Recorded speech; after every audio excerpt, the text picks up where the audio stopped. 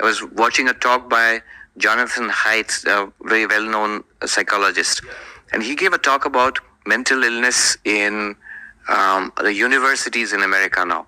In Gen Z, he was saying it's up to nearly 30%. This is incredible. There's 30% of university students in the United States are reporting some kind of mental illness, some form of it. Now, the response often has been over-medication. Sudden reliance on just to take a pill and it'll be all right. Well, you take a pill, it might be a little better at best. It will not be all right. Because the roots of mental illness are ultimately in philosophical confusion and spiritual darkness. So you have to throw spiritual light on your life. It has to make sense. You have to have a deep sense of spiritual well-being. From that flows mental well-being. In Vedanta, for example, we talk about the 5 layers of the human personality. So there's the physical layer. This is this body, which is called the Annamaya Kosha, which literally means something that's produced, modified from the food that we eat, the water that we drink. That becomes this body. Then we have a subtler level called the pranic level, called the pranamaya kosha. Pranic level, okay. Then we have a mental level, emotions, thoughts, memories. That's called the mind level or the manomaya. Then we have an intellect level, which is the vijnanamaya. Our identity, our understanding of life, about the world, about ourselves, it's all there. And then we have a deeper spiritual self called the Anandamaya, the bliss level, Anandamaya, the bliss sheath. But that's not our real spiritual self also. The ultimate spiritual self, our real nature, is beyond all these five levels. So that's the pure consciousness, the Atman. That's what Vedanta talks about. Now, why I'm saying this is, problems at a subtle level will always become manifest at a more physical or more gross level. If I have spiritual darkness, if I have philosophical confusion about who I am, what I am, it will be manifest that's at the level of the Vijnanamaya. That will be manifest at the level of the Manomaya's mental illness. That will be manifest at the level of the Pranamaya as actual physical illness. And then come to the physical level and manifest itself as various kinds of problems in the body.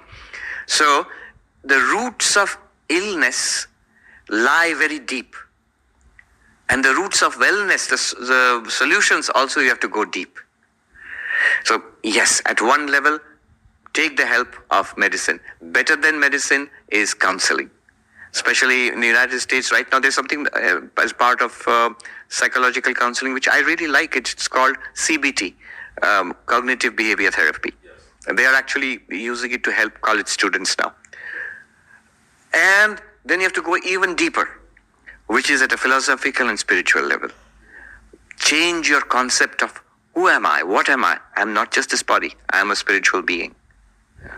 I'm not even this mind. I'm a spiritual being. I'm the witness of the mind. I'm the witness of the mind when it is well, and I'm the witness of the mind when it is unwell. Yes, it's very natural. When you have physical illness, there are a lot of things that we cannot do. It incapacitates us. Similarly, even to a greater degree, as you said, when there is mental restlessness and unhappiness and anxiety, it will incapacitate us even more. But what Vedanta tells you, first of all, relax. You, not the body, not the mind. You, the witness of body, mind, you are still fine. None of this can touch you. You were fine before this episode. You will be fine after this episode. And amazingly enough, during the episode also, you are fine. Imagine the sky. There's a bright blue sky. And then storm clouds come. There's thunder and lightning or dust storm or whatever.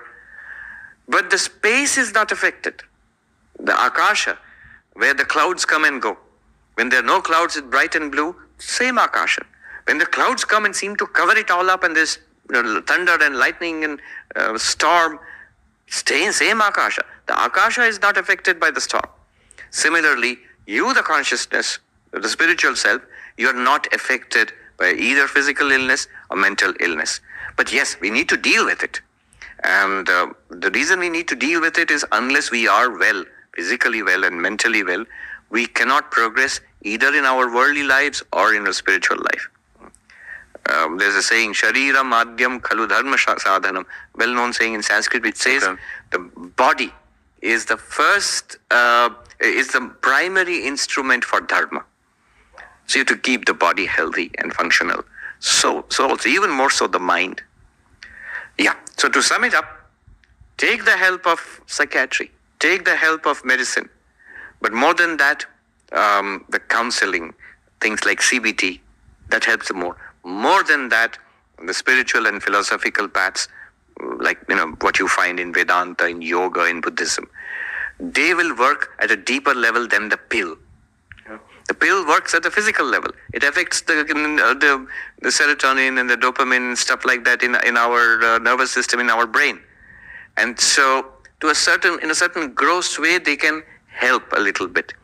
But the deeper levels of the mind, sense of meaninglessness, sense of being harassed by our own mind, that will not go away until we change our idea of who am I and what is this mind.